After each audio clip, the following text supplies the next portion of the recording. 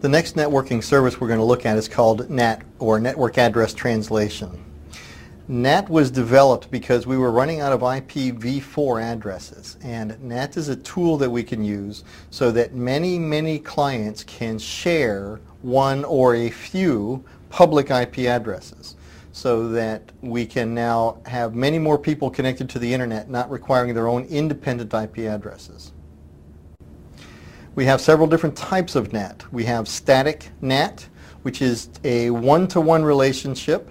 In other words, I have one public IP address that is going to map to a specific private IP address. So NAT lives on a boundary device, usually a firewall. Virtually all firewalls run NAT. I don't know that I've ever seen a firewall that didn't have NAT capabilities. So I have a public IP address on this side, and if an inbound frame comes to this particular public IP address, let's say .2 is the fourth octet, then map that to this web server over here. So all my web services for HTTP live at my public IP address .2, and they're all going to map to this one web server over here on the private side. And for any inbound to .3, map this to this FTP server. In .4, my SMTP server, etc., etc. These would be one-to-one mappings. These are statically encoded in the NAT server, and again, the NAT server lives at the periphery of your network, typically. We have dynamic mapping. Now, with dynamic mapping, this is where we are using NAT to share one or more public IP addresses to many clients on the inside, on the private network. So all my private clients have private IP address space. They point or are routed through the NAT server on their way out to the public internet.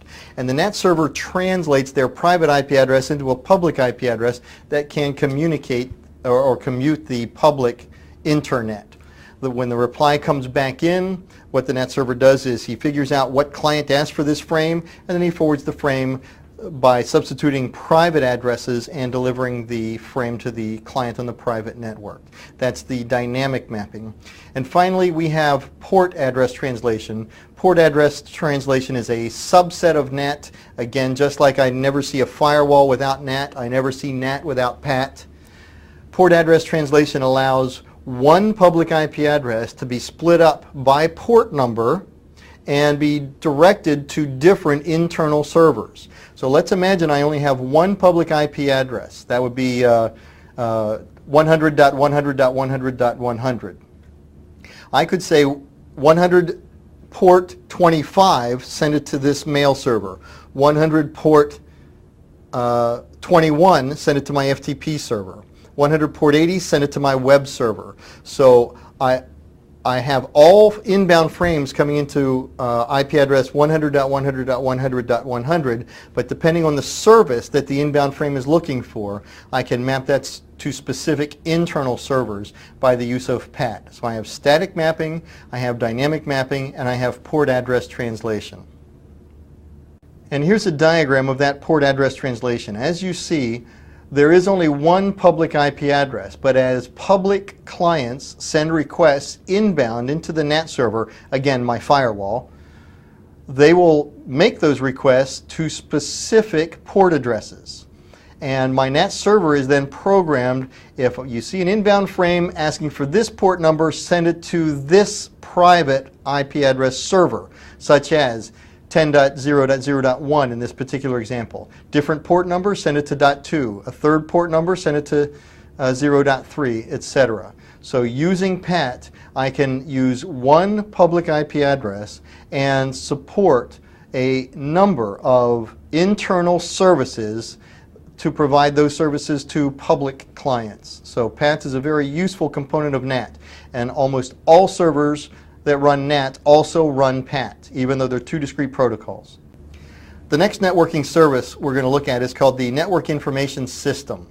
This was a way on early Unix systems primarily so that clients could locate services on the network. They refer to the NIS system as the yellow pages, and it was basically a lookup service. A client was looking for a particular service, go look in the yellow pages, and they'll tell you, the yellow pages will tell you where to find that particular service. The early NIS had many vulnerabilities, many failings, and those have been improved with a newer protocol called NIS Plus, and it improved on security and many other features. Instead of using maps that NIS was originally designed to use, NIS Plus uses tables. So tables have replaced the maps in NIS Plus. There are 17 different types of predefined tables now, and you can add additionals if you had the need to. There's a specific procedure for upgrading from NIS to NIS Plus, and this is where I would take referrals from NIS clients.